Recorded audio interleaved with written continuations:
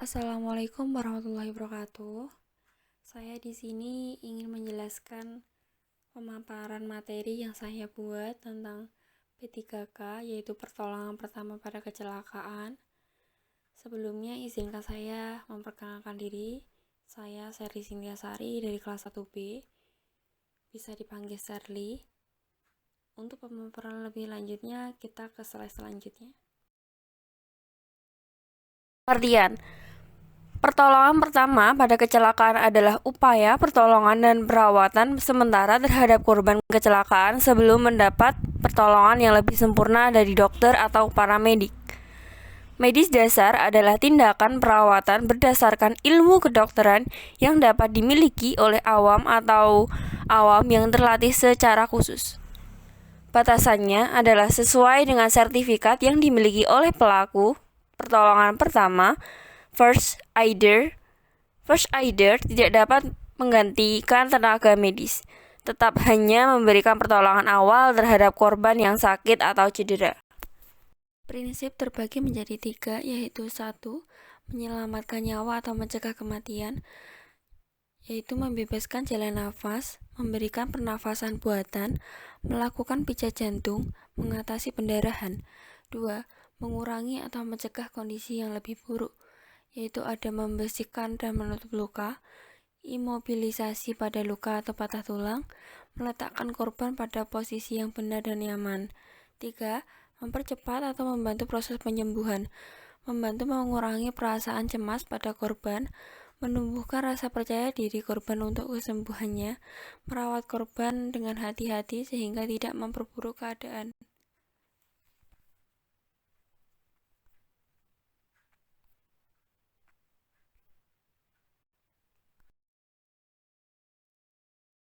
Tugas penolong pertama ada 4, yaitu 1. Selalu menghindari hal-hal yang membahayakan diri sendiri. 2. Menjamin korban tetap aman dari bahaya dengan cara memindahkannya bila diperlukan. 3. Memeriksa kondisi korban dan mengkaji luka-lukanya. 4. Mengambil tindakan pengobatan segera jika keadaan memungkinkan. Ingat, jangan bertindak terlalu banyak.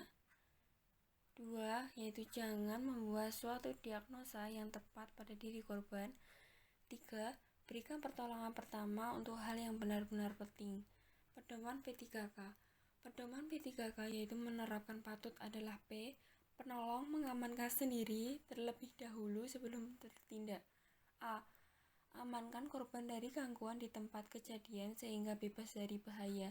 T. Tandai tempat kejadian sehingga orang lain tahu bahwa di tempat itu ada kecelakaan. U. Usahakan menghubungi ambulans, dokter, rumah sakit atau pihak berwajib yaitu polisi atau keamanan setempat. T. Tindakan pertolongan terhadap korban dalam urutan paling tepat. Fungsi dan cara penggunaan obat atau alat dalam kotak P3K. 1. Kasa steril terbungkus. Digunakan untuk menutupi luka yang telah dibersihkan. Lipat kasa steril sesuai dengan ukuran luka, tutup luka, dan rekatkan dengan plester. 2. Perban. Tersedia dalam 2 ukuran lebar yaitu 5 cm dan 10 cm. Berfungsi untuk membalut luka yang sudah ditutupi dengan kasa steril dan berbagai bantalan menghentikan pendarahan. 3. Plester. Berukuran 1,25 cm. Digunakan untuk merekatkan luka yang telah ditutupi dengan kasa atau perban. Plester cepat digunakan untuk menutupi luka kecil. Umumnya sudah terdapat kasa bantalan yang diberi obat luka. Kapas digunakan untuk membersihkan luka dan sebagai bantalan luka. Pastikan tidak ada kapas yang tersisa pada luka setelah membersihkan. 6. Kain segitiga atau mitela digunakan untuk membalut luka pada kepala atau gendongan tangan. 7. Gunting untuk memotong perban, plester atau benda lain agar sesuai dengan ukuran yang diinginkan. 8. Peniti digunakan untuk merapikan balutan. 9. Sarung tangan sekali pakai atau pasangan melindungi tangan petugas P3K dari kontak langsung dengan luka korban dan bahan kimia. 10. Masker, alat pelindung pernapasan untuk petugas P3K dan korban. Fungsi dan cara penggunaan obat atau alat dalam kotak P3K yaitu 11. Pinset untuk mengambil alat steril atau benda asing pada luka. Povidone yaitu untuk mengobati luka tersayat atau tergores yang tidak dalam. Alkohol 70% sebagai antiseptik luka dan perangsang bagi orang yang pingsan. Spray penghilang rasa nyeri untuk mengurangi rasa perih di otot akibat gigitan serangga. Juga untuk mengurangi rasa sakit akibat cedera. Cara memberikan P3K. 1. Prioritas pertolongan. Ada beberapa prioritas utama yang harus dilakukan oleh penolong dalam menolong korban, yaitu 1. Henti nafas, 2. Henti jantung, 3. Pendarahan berat, 4. Shock, 5. Ketidaksadaran, 6. Pendarahan ringan, 7. Patah tulang atau cedera lain.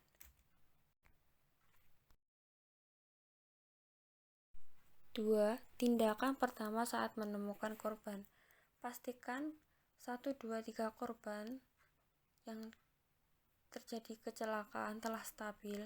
Kalau perlu lakukan RGP. 2. Mengadakan diagnosa, mendapatkan informasi tentang keadaan korban, yaitu riwayat, yaitu cerita tentang bagaimana insiden itu terjadi, bagaimana cedera atau penyakit yang diderita. Tanyakan kepada korban bila sadar atau saksi mata yang ada.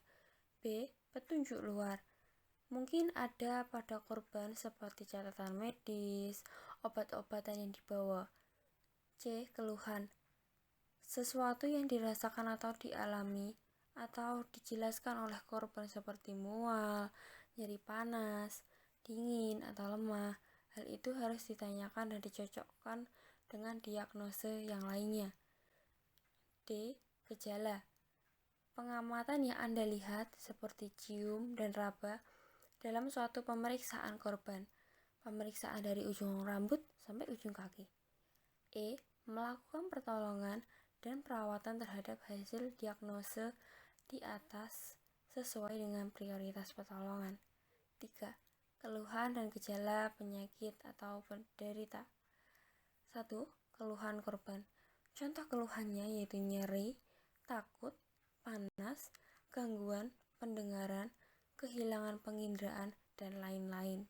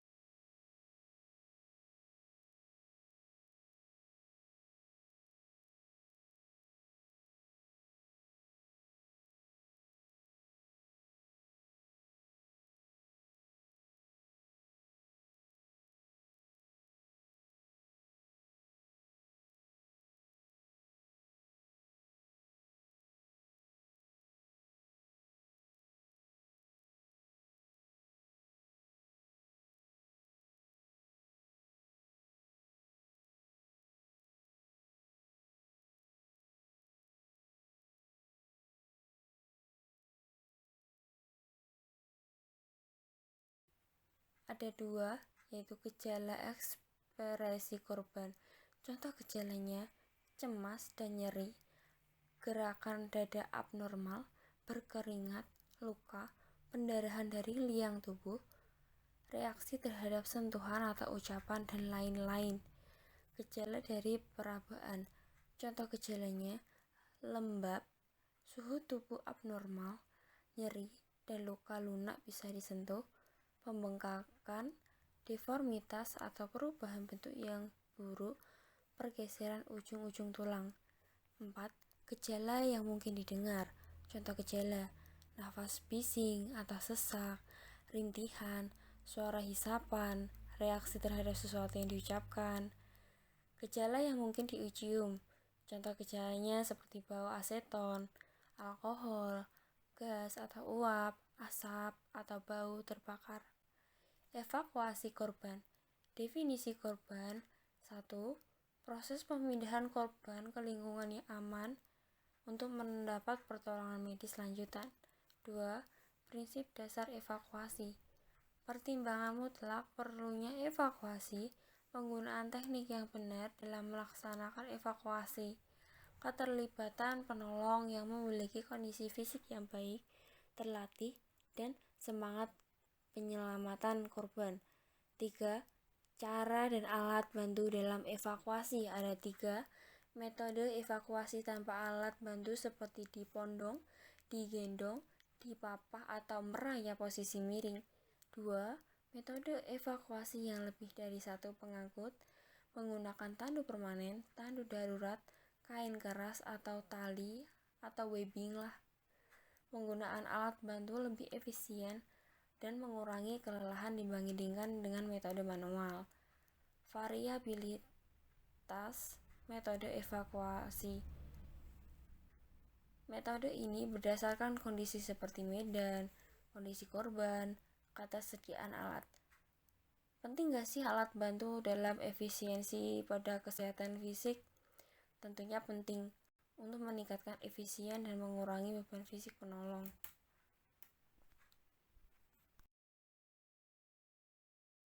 1. Cara pengangkutan korban. Ada 2 cara menggunakan alat atau manual, umumnya untuk memindahkan jarak pendek dan korban cedera ringan. Dianjurkan pengangkatan korban maksimal 4 orang. Pengangkutan dengan alat tandu. Rangkaian pemindahan korban, yaitu persiapan, pengangkatan korban di atas tandu, pemberian selimut pada korban, tata letak korban pada tandu disesuaikan dengan luka atau cedera. Prinsip pengangkatan korban dengan tandu. 1. Pengangkatan korban harus lebih efektif atau efisien dengan 2 langkah pokok. Gunakan alat tubuh, paha, bahu, panggul, dan beban serapat mungkin dengan tubuh korban. 2. Sikap mengangkat. Usahakan dalam posisi rapi dan seimbang untuk menghindari cedera. 3. Posisi tiap angkat dan jalan. Biasanya posisi kaki korban berada di depan dan kepala lebih tinggi dari kaki, kecuali naik bila tungkai tidak cedera. Jika turun, bila tungkai luka atau hipotermia. Mengangkat ke samping, memasukkan ke ambulan kecuali dalam kondisi atau keadaan tertentu, kaki lebih tinggi dalam keadaan shock. Pertolongan dan perawatan korban, yaitu ada cedera pada patah tulang, sendi, dan otot. Yaitu jenis cederanya ada fraktur, diskolasi, cedera jaringan lunak, tindakan umum pada tulang. Gejala umumnya menggerakkan bagian yang cedera tidak bisa digerakkan sama sekali. Nyeri paha atau di dekat tempat cedera diperbanyak oleh gerakan. Nyeri yang hebat, mengangkitkan suatu diskolasi, nyeri dan lunak di atas tulang kalau disentuh merupakan gejala dari fraktur. Perubahan bentuk memar dan bengkak. Gejala-gejala shock kalau patah tulang, paha, lengkungan iga, dan atau panggul.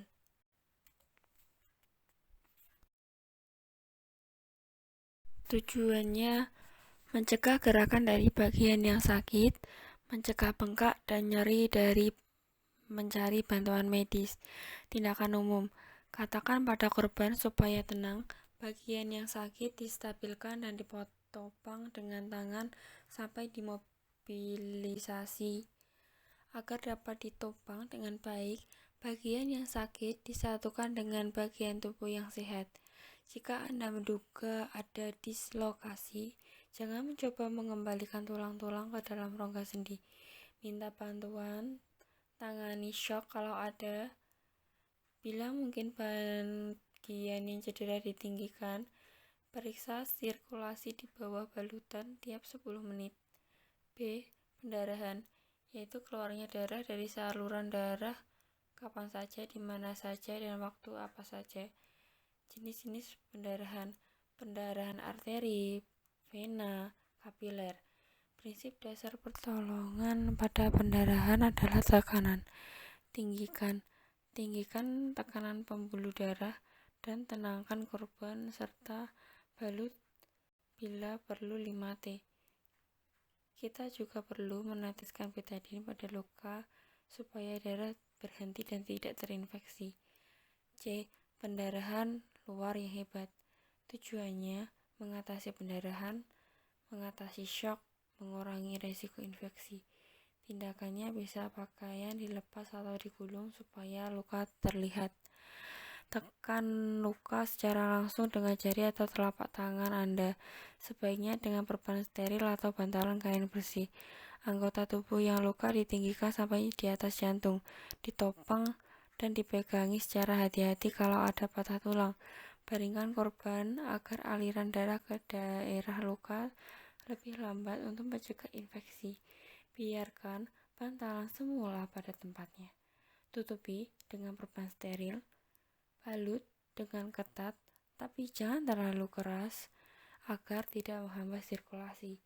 Bagian yang terluka ditopang seperti pada patah tulang. Yang D. Pendarahan dalam. Tujuannya mengatasi pendarahan dan mengatasi shock. Tindakannya dibaringkan terlentang, kaki ditinggikan atau ditompang, diselimuti agar tidak kedinginan. Catat dan periksa pernapasan, nadinya, reaksinya setiap 10 menit. Jumlah dan sumber darah yang keluar dari lingkungan atau lingkaran tubuh itu bisa kirim sampelnya ke rumah sakit bersama korbannya.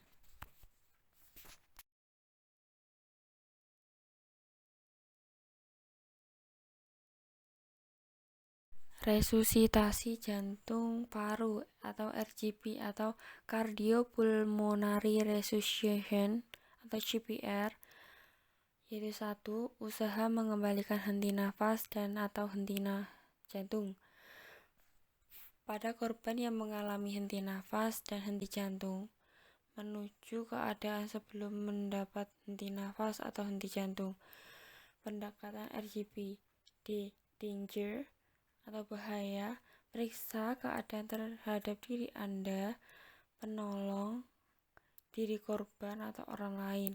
Pastikan tidak ada orang lain yang terluka dan bertindaklah bila keadaan lebih aman. R. Response atau reaksi, sadar penuh dengan rangsangan suara jika dipanggil, ditanya nama, bereaksi dengan rangsangan nyeri, yaitu seperti ditepuk atau dijepit. Jika tidak sadar, maka harus dibuat posisi miring atau posisi recovery. A. Airway, jalan nafas. Keadaan terbuka atau bersih adalah cairan muntahan dan benda asing, makanan, gigi palsu. Bila terlambat, maka bebaskan. B. Breathing atau pernafasan. Bila pernafasan bisa dilihat, didengar, dirasakan. Jika tidak bernafas, maka lakukan pernafasan buatan. C. Circulation atau sirkulasi pendarahan darah. Jika ada denyut nadi, maka periksa nadi leher atau karotis. Jika tidak ada denyut nadi, lakukan pijat jantung.